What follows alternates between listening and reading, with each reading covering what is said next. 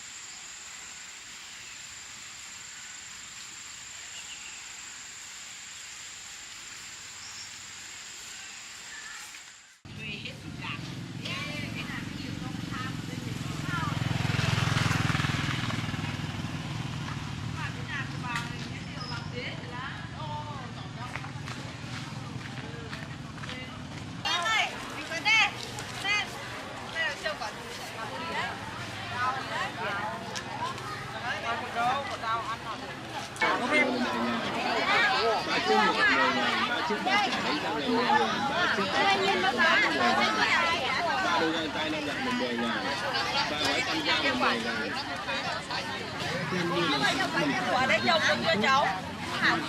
Đấy trồng chưa?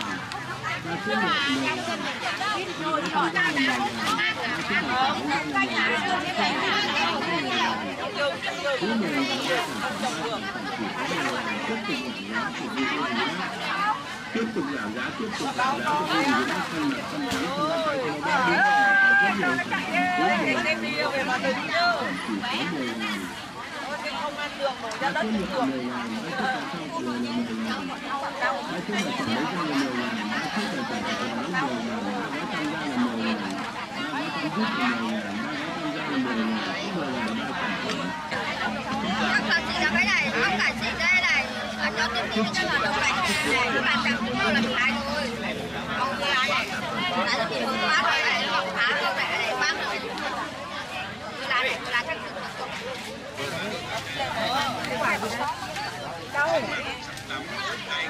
đã mà mua nó một tí lấy tiền đâu mà mua mình không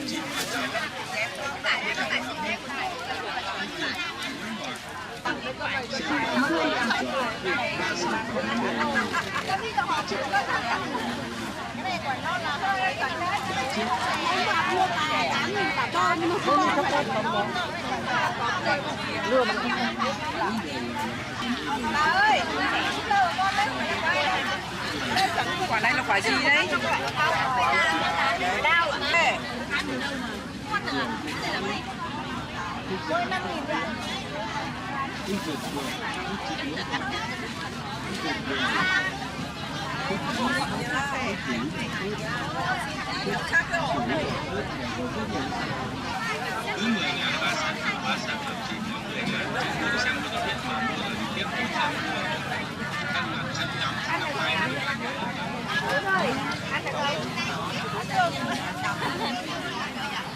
ngon lắm. Về còn không thích đâu, qua uống được một ngày. Mà cái chuối mình từng ngày về cũng là gấp con cái này để sao? Mà xương nó ấy chứ, nó tươi tắn lên chứ.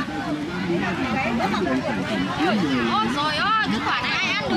Không quả tiên lượng khác.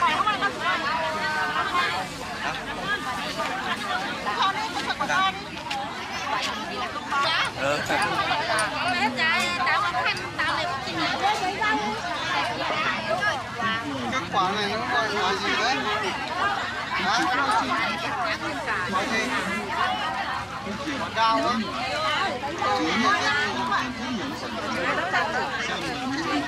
Cái này thì ăn cũng như nào? Hả? Nhưng mà cái này thuộc cái nào? Hả?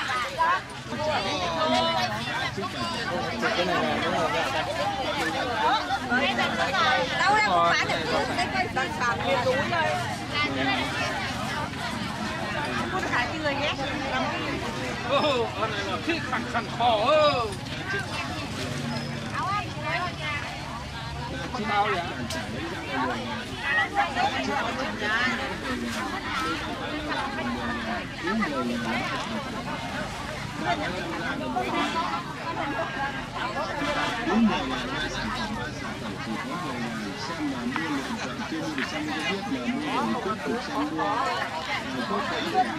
Em ơi rau cấy đi. Ok. Nhiều vào một cái bàn xịn cắt này, này là còn hết hai mà lại cắt thôi. 5 triệu ký sấu bây giờ nó hai.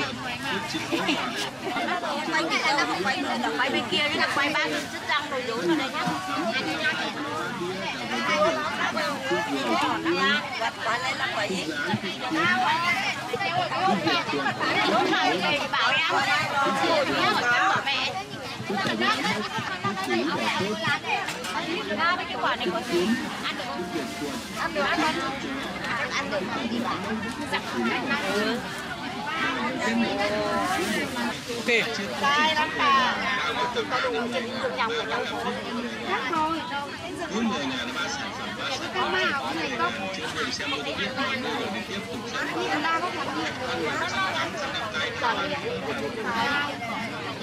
Rồi. Nhưng là cành mưa chứ có. Ăn không biết.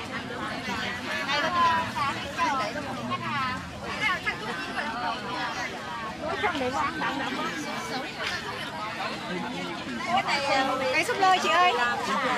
Ôi, cái cải thảo súp lơ em bán rẻ nhưng mà đang đang đi trồng mấy cái bán rẻ đi.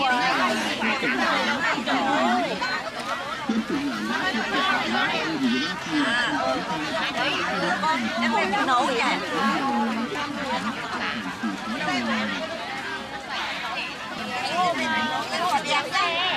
Em thử cả cái cả em bảo em bảo em cả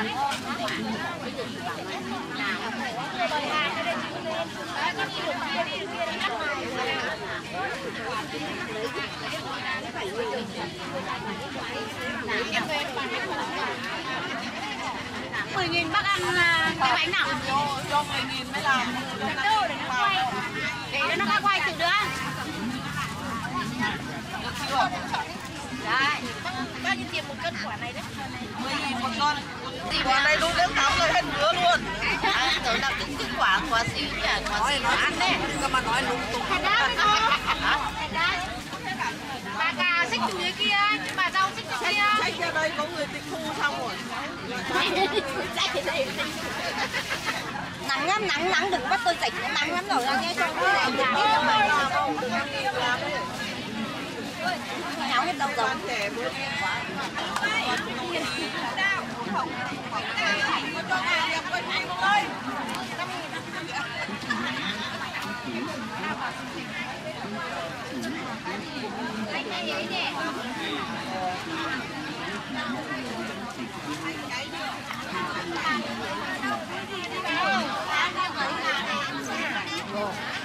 Mày làm gì ăn?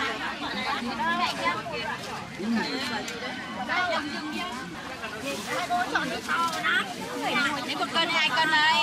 Bà muốn lấy bao nhiêu các bà ơi. Này, ngon này mà. bà muốn lấy bao nhiêu tùy bà cho bà mua và đóng khỏe mỡ. Đấy. Quả này á bà? Ăn đi. Quả này chấm đi tao ăn. Đây. Bao nhiêu rồi? Bà cảnh cái này chở bên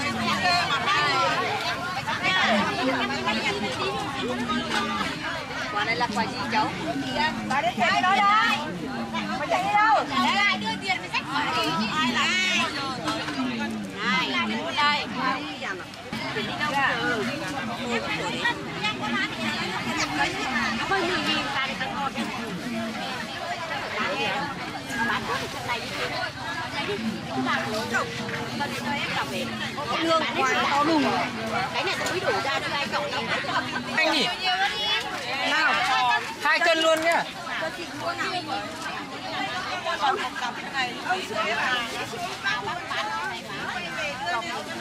Bà mua để cho vứt vào cái bao thì đi. Bà đi về mất bán đầu. Cuối thì là làm cái chả này tối nhau. Con ạ. Muốn lấy bao nhiêu lưới? Tùy bà cho một túi thì rất khô này.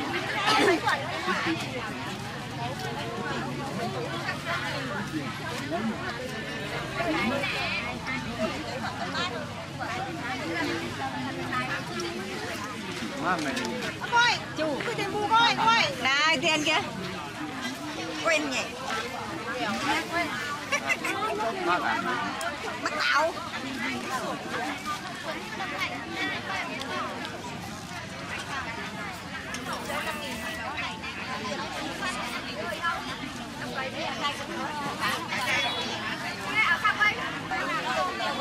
Đâu à?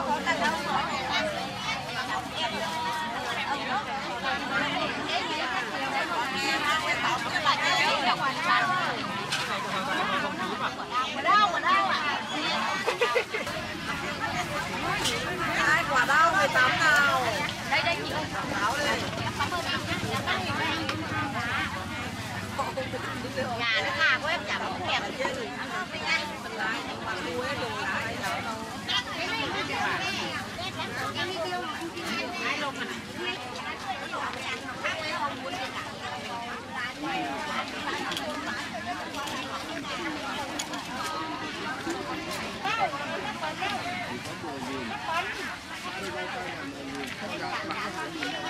Vẫn cái đang mưa rồi.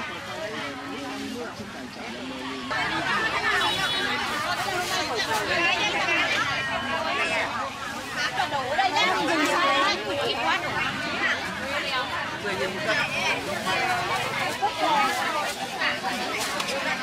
Quả này có ăn được mà sao không ăn được mà bán à? Đây không phải là ba cỏ. Đang quay. Không là tí nữa họ bắt cá rồi đó. Họ đổ thổ lên á. Trật tự em mới đang quay chứ nói vào.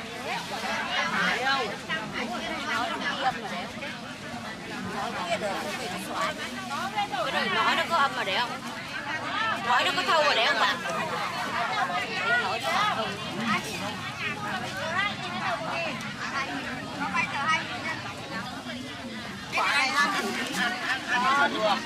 Anh bánh Cất tiền đi bà. không ăn được đâu, anh bánh giòn.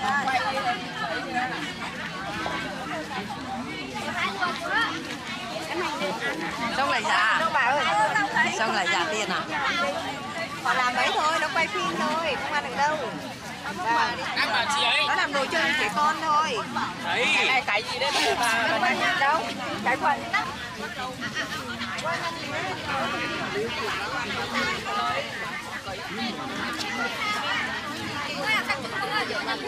Hào hết à?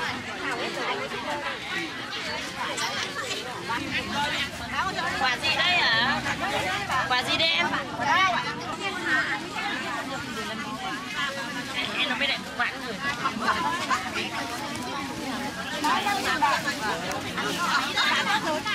Mà cho số là con cho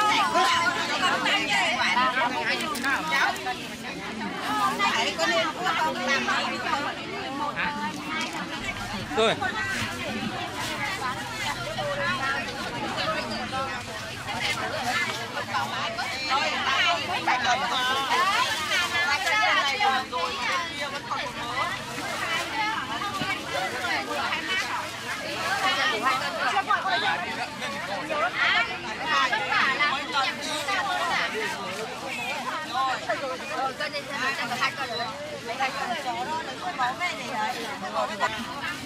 Hai cân chưa?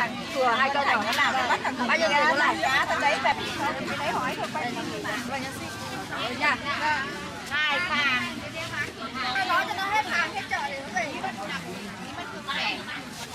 Bác ơi, thì nó hết.